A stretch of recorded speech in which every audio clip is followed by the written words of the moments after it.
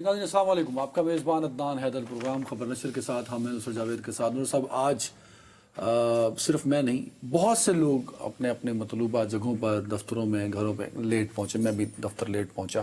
اس کی وجہ جڑواں شہروں میں جو کنٹینر لگا کے رستے بند کر دیے گئے ہیں، تو کچھ میں پیدل چلا، کچھ ایک بائک والے کی منت کی، اس کو کچھ پیسے دیے تو میں دفتر پہنچا۔ ایک عجیب و غریب ماحول ہے اس وقت دونوں شہروں میں، اور جس وجہ سے ہے وہ قافلہ دونوں شہروں کی دہلیز 26 نمبر تک تقریباً پہنچ چکا ہے۔ تو عرض یہ ہے بھائی کہ میں دیانتداری سے آپ کو بات کروں کہ اس وقت ہمارے ملک میں جو ہاڑا ہوڑی اور جو تقسیم ہے انتی نفرت اور عقیدت والی، اس میں سب سے مشکل میں ہیں میرے اور آپ جیسے لوگ جو ٹیلی ویژن پر بیٹھ کر لائیو گفتگو کر رہے ہیں۔ اس میں جو بھی فریق ہے وہ ہر فریق کی خواہش ہے کہ ہم ڈٹ کے ان کے ساتھ کھڑے ہو جائیں، یعنی حق و باطل کا مارکا ہے۔ ہمارے پاس کوئی گنجائش ہی نہیں ہے کہ ہم ذرا ٹھنڈے دل کے ساتھ اس کے بارے میں گفتگو کر سکیں۔ بہرحال آپ جب ایک ریگولر ٹیلی ویژن پہ بات کر رہے ہوتے ہو تو ہر طرح کی آپ کو ذمہ داری، آپ کا بہت نازک مرحلہ ہوتا ہے۔ بالکل ایسا ہے، اور یہی صحافتی تقاضا بھی ہے۔ ہمارا یہ کام نہیں ہے کہ ہم تیلی لگائیں، ہم یہ فیصلہ کریں کہ حق اور باطل کون ہے۔ ہمارا کام بنیادی طور پر جو ہے وہ یا تو رپورٹ کرنا ہے یا یہ کہ تجزیہ کرنا ہے کہ یہ کہاں جائیں گے۔ اب سچی بات ہے کہ بہت سارے لوگوں کا یہ خیال تھا، جس میں میں بھی ابتداءً میرا بھی یہ خیال تھا کہ یار ابھی اکتوبر میں یہ ایک دھرنا لے کر آئے تھے علی امین گنڈا پور صاحب، اور پھر وہ ٹائیں فش ہو گیا آخر میں۔ اب پھر آ رہے ہیں، اس سے پہلے 2-3 مرتبہ لاہور کے جلسے کے لیے لے کر گئے تھے، یہاں پہ وہ سنگجانی کے جلسے کے لیے بھی لائے تھے۔ تو یار لوگ اب کتنی مرتبہ لوگ لائیں گے؟ اور وہ جو بات کر رہے تھے کہ جی یہ لشکر کشی محمود غزنوی کی طرح سومناتھ پہ حملے، اینی وے، لیکن اس میں ایک ٹوسٹ آیا۔ وہ ٹوسٹ یہ آیا کہ عمران خان صاحب کی جو اہلیہ ہیں بشریٰ بی بی، وہ خود پشاور پہنچ گئیں۔ اب جب وہ خود پہنچی ہیں تو اب جب قافلہ آیا ہے تو علی امین گنڈا پور صاحب کے پاس یہ گنجائش نہیں رہی کہ وہ غچہ دے سکے، اور وہ جو ان کی تاریخ رہی گزشتہ اکتوبر کی طرح کوئی ایسی واردات ڈال دے۔ بخدا اگر یہ واقعہ نہ ہوا ہوتا تو میں آپ کو دیانتداری سے کہتا ہوں کہ میں صرف یہ کہتا کہ یار ٹھیک ہے جڑواں شہر میں ایک ہنگامہ مچا ہے، لیکن بھائی وہ جمعرات کے دن ہم نے جو آخری شو کیا تھا اس میں ہم نے کرم کا واقعہ ڈسکس کیا تھا۔ اب وہاں جو فساد، جو حملہ ہوا ہے، اس میں شہادتوں کی میں ہلاکتیں نہیں کہوں گا، تعداد 88 ہو گئی ہے۔ ایسا ہی یو رائٹ۔ اور اب ایک سیز فائر ہے صرف 7 دنوں کا۔ اور لطیفہ یہ ہے کہ جن صاحب کی جورسڈکشن میں یہ ہو رہا ہے ان کا اس سیز فائر سے کوئی لینا دینا نہیں، وہ خود یہاں پہ پائے جا رہے ہیں، وہ شخص صرف علی امین گنڈا پور صاحب۔ تو میں اس کا اس لیے ذکر کر رہا ہوں کہ جمعے کی رات کے بعد سے بخدا مجھے یہ احساس ہونا شروع ہوا کہ حفاظتی اقدامات کے نام پر پنجاب کے آخری کونے ملتان رحیم یار خان سے لے کر اٹک تک جو راستے بند کیے گئے ہیں، موٹر ویز کو یہ کہہ کہ جی ان کی سالانہ مینٹیننس ہونی ہے، تو مجھے یہ محسوس ہو رہا تھا کہ وفاق حکومت اور پنجاب تحریک انصاف کے خلاف ہڑتال پہ چلے گئے۔ میں مذاق نہیں کر رہا ہوں، اور تم یقین مانو اس کے نتیجے میں جو انسانی ٹریجڈیز ہیں ان کا ذکر، مثال کے طور پر میں کم از کم 2 فیملیز کو جانتا ہوں جنہوں نے اس ہفتہ اتوار کو اپنی بیٹیاں رخصت کرنی تھی۔ میں نے ان کے بارے میں یار ٹویٹ لکھ دیا، اس کے نیچے انقلابیوں کے پیغامات تھے۔ وہ کیا تھے؟ عوام کی تکلیف، 70 سالوں سے عوام، اوے لفافے، وہ غلامی ذہن کے آدمی کیا ہے؟ اس نے کہا کہ یہ اسراف ختم ہو جانا چاہیے، ایک مرتبہ عوام کو حق یار لوگوں کا دکھوں کا احساس کرو کہ جو ذمہ دار میں کس کو ٹھہرا رہا ہوں؟ حکومت کو، میں آپ کو ذمہ دار نہیں ٹھہرا رہا ہوں کہ آپ کی وجہ سے یہ ہو رہا ہے. ٹھیک ہے, اپوزیشن کا تو کام ہے یہ سب کرنا.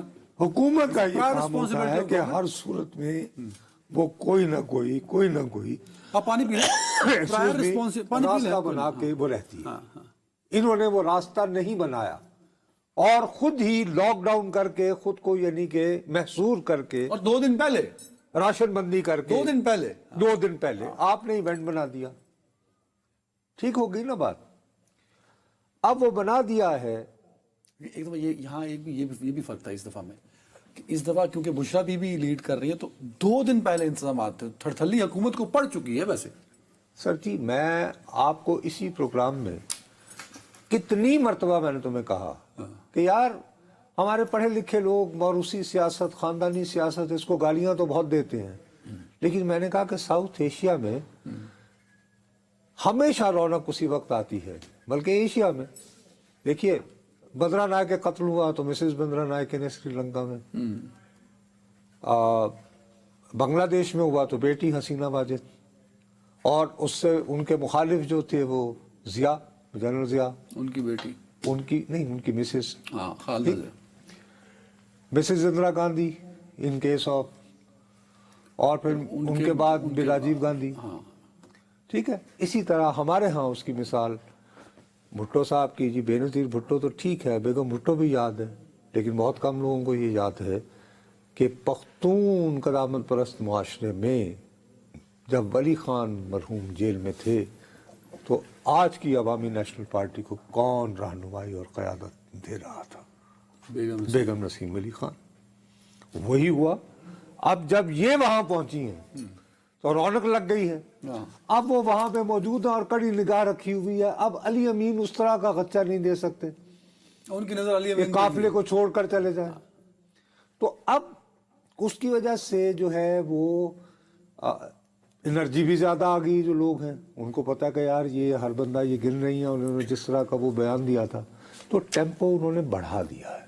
لیکن ایک سائڈ سے جو چیز کے پی کے سے کہ وہ خود آنے خیبر پختونخوا سے, میں جو ڈاؤن سائڈ ہے وہ یہ ہے کہ دیکھنے والوں کو, میرے لیے جو سب سے زیادہ ہے, میرے لیے ابھی بھی دکھ کا مقام یہ ہے کہ یوں محسوس ہو رہا ہے کہ جیسے پاکستان کا صرف ایک صوبہ جو ہے وہ بار بار علی امین گنڈا پور صاحب اور وہاں پہ حکومت ہونے کی وجہ سے کہ وہ اسلام آباد پر یلغار حملہ آور ہو. پارٹی نے تو کہا, آپ دیکھیں نا بشرا بی بی نے کہا تھا کہ تمام لوگ نکلیں گے پنجاب سے اور کے پی کے خیبر پختونخوا سے, تو پنجاب سے لوگ نہیں نکل سکے اس طرح. کیوں؟ اس طرح نکلنا چاہیے تھا. مطلب مجھے بپی صاحب سے پہ اس دن میں نے جو تحفظات کا اظہار کیا تھا وہ اپنی جگہ ہیں, لیکن وہ ایک جو ملتان سے ساؤتھ پنجاب والے سینیٹر صاحب, تو وہ 4-4.5-5 ہزار کا قافلہ لے کے پہنچے ہیں. فائن, ایک اچھا نمبر ہے کہ آپ 600-700 کلومیٹر کی دوری پہ جا رہے ہیں, 5,000 لوگ آپ کے ساتھ ہو, اندازاً 6,000, تو فائن. اب دوسری جانب آ جائیں, جو دوسری سائڈ تھی میاں والی سے اور کے آس پاس یہ کہہ رہے تھے ملتان آئے تو میں نے تمہیں ہنس کے کہا تھا کہ انہیں پہلے پٹ پروانی وہ لیا والے ہیں, تو لیا والے جو قریشی صاحب ہیں چوک موڈا والے, تو وہ وہاں سے ایک نکلا ہوا ہے, وہ بھی کافی تعداد میں. تو وہ ساؤتھ پنجاب کی تو کنٹریبیوشن نظر آ رہی ہے. اب جو اپر پنجاب تھا جہاں بڑا ووٹ بینک ہے اور 8 فروری کو دیا بھی لوگوں نے, وہاں سے کوئی موبلٹی نظر نہیں آئی مجھے. یوں ہی شاہ محمود قریشی صاحب ساؤتھ پنجاب سے, ان کی جانب سے, ان کی فیملی کی جانب سے ایک بڑا اکٹھ ہونا چاہیے تھا, وہ بھی موبلٹی نظر نہیں آئی. تو پنجاب تھوڑا پیچھے رہا, کو ساؤتھ پنجاب سے کچھ لوگ نکلے ہیں دونوں سائڈوں سے. بابا ساؤتھ پنجاب سے یقیناً, اور خاص طور پر جو آخری سرے بندے ہیں لیا وغیرہ وہاں سے. لیکن میسج تو یہی جا رہا ہے نا کہ بنیادی طور پر ایک مرتبہ پھر خیبر پختونخوا سے ہی یلغار آئی ہے, لشکر آیا ہے. ٹھیک ہے. اور اس دفعہ اس میں آپ کو غصہ, توانائی اگر زیادہ نظر آ رہی ہے, اور جس کی وجہ سے خدا نخواستہ میرے منہ میں خاک, ہمیں یہ خدشہ ہے کہ یار یہ معاملہ زیادہ کشیدگی کی طرف بڑھ رہا ہے. ٹھیک ہے نا. تو وہ صرف ایک صوبے پہ الزام یہ کیوں جائے, یہ ایک بہت خوفناک بات ہے. اس کے بارے میں بابو سوچنا اس لیے بہت ضروری ہے کہ آپ کو پتہ ہے کہ ہمارے ہاں بہت ساری قوتیں بہت شروع دن سے یہ کہتی رہی ہیں کہ یہ صوبے کیا ہوتے ہیں جی, صوبائی خود مختاری کیا ہوتی ہے جی. 1 یونٹ بنوایا گیا تھا, یاد ہے آپ کو. اب اسی طرح کا واقعہ رہے گا، وہ کہے گا جناب یہ آپ نے تو یہ 18ویں ترمیم بھی کر دی ہے یہ وہ.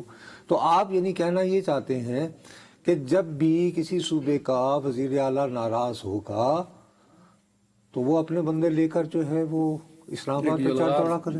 چڑھا دے. مثال کے طور پر کل کو پنجاب جو آبادی کے اعتبار سے پاکستان کا سب سے بڑا صوبہ ہے اور یہاں مرکز میں، اور ویسے بائی دا وے اس بدعت کا آغاز خود نواز شریف صاحب نے کیا تھا، اپنی تاریخ بھی یاد رکھنی چاہیے، مکافات عمل ہے. جب محترمہ بے نظیر بھٹو ہوتی تھی، ان کی پہلی حکومت کے دوران تمام اپوزیشن کو لیڈ کرنا، تحریک عدم اعتماد کو فائنینس کرنا، وہ نواز شریف صاحب کر رہے تھے نا بطور پنجاب کے وزیر اعلیٰ. ٹھیک اسی طرح جب فاروق لغاری صاحب جو ہیں وہ صدر بنے تھے تو ان کے نام کوئی زمین لگائی گئی تھی تو وہاں قافلہ لے کر کون جاتے رہے؟ پنجاب کے وزیر اعلیٰ شہباز صاحب، اور ساتھ میں نواز صاحب ہوتے تھے. ٹھیک ہے نا. تو اس کا علاج تو نہ نکلا پھر کہ کل کو کوئی بھی صوبہ ٹھیک ہے آپ سے، تو میں یہ سمجھتا ہوں کہ اس طرح کی باتوں سے آپ کو عوام کو یہ میسج دینے میں جو دیکھو قوتیں شوق سکسیسفل یا انسکسیسفل تو میں اس پہ نہیں کیا ڈیبیٹ کروں. آپ نے نہیں، آپ نے ایک بات تو کہی نا کہ رونق لگا دی، نہیں تو یہ کریڈٹ تو جاتا ہے بشرا بی بی کو. بھائی اگر میں یہ کہوں تو میں دیوانہ ہوں کہ گزشتہ جو ہوئے تھے وہ بھی کافی رونق بھی تھی، ٹینشن بھی رہی یہ وہ، لیکن جب وہ خود موجود ہوئی ہیں اور انہوں نے جو خطاب کیا تو ظاہر فرق پڑتا ہے. اور یہ بات میں آج سے میں بہت دنوں سے کہہ رہا تھا کہ جب بھی ان کے خاندان کا کوئی بندہ لیڈ لے گا تو وہ خاتون، اور یہ کوئی بری بات نہیں ہے، اور صاحبہ نے ریسنٹ نصرت بھٹو صاحبہ نے ہر ایک نے کیا. یہ اب بڑے قد کے رہنما ہے نا، کیا نام ہے ان کا، سلمان اکرم راجہ صاحب لاہور والے، وہی کو گڈی جی پھری جا رہے ہیں. اچھا کیا انہوں نے خوبصورت کیمرہ اینگل رکھا ہے. اچھا وہ ہمارے ویسے میرے ساؤتھ پنجاب کے لوگ بڑے 420 ٹائپ ہوتے ہیں، نیگیٹو سینس میں نہیں کہہ رہا، میں چلاک ٹائپ ہوتے ہیں، رستہ نکال لیتے ہیں. ورڈ ہے چالاکی، ہوشیاری کو. یار میں چلا اپنے آپ کو کہہ رہا ہوں، مطلب ہمارے ہم کچھ شارٹ کٹ ڈھونڈ لیتے ہیں.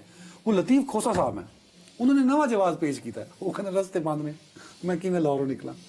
ہمارے دوست حمادہ صاحب نہیں ہیں منظر عام پہ، وہ میاں اسلم اقبال صاحب آج بھی وہ نظر نہیں آ رہے کہیں پہ.